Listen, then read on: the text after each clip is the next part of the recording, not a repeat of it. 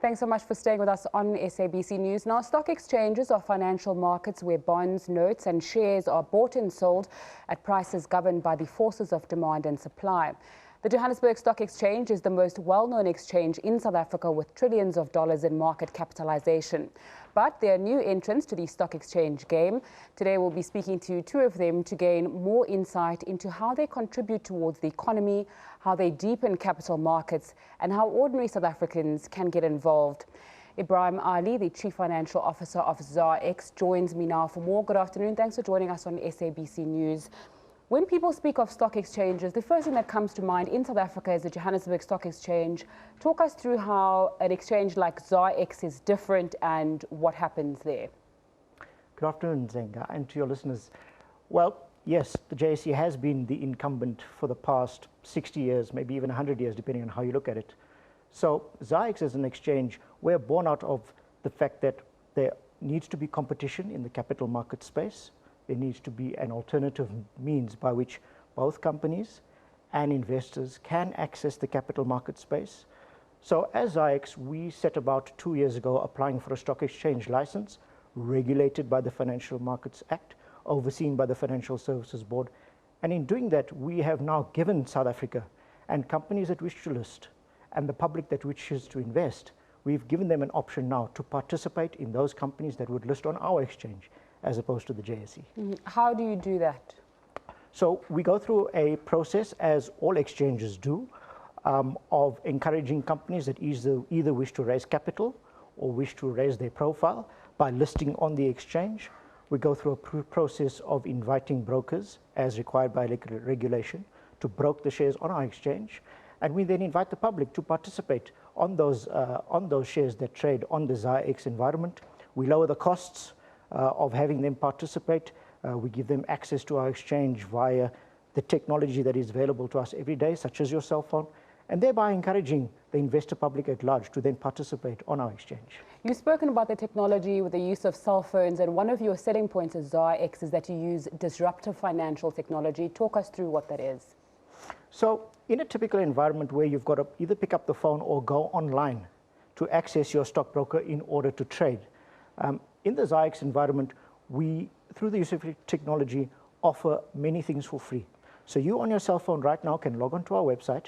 You can view the companies that list on our exchange. You will get the prices. You will know the companies. You will see who's buying and who's selling. You'll get information about the company, all for free, which hasn't been the case in the past.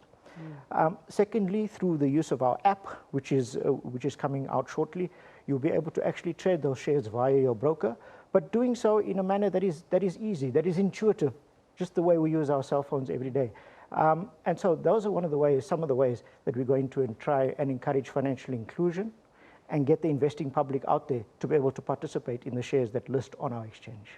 With technologies like that, and also bearing in mind the need for tight security and transparency, how are you going to balance all those needs?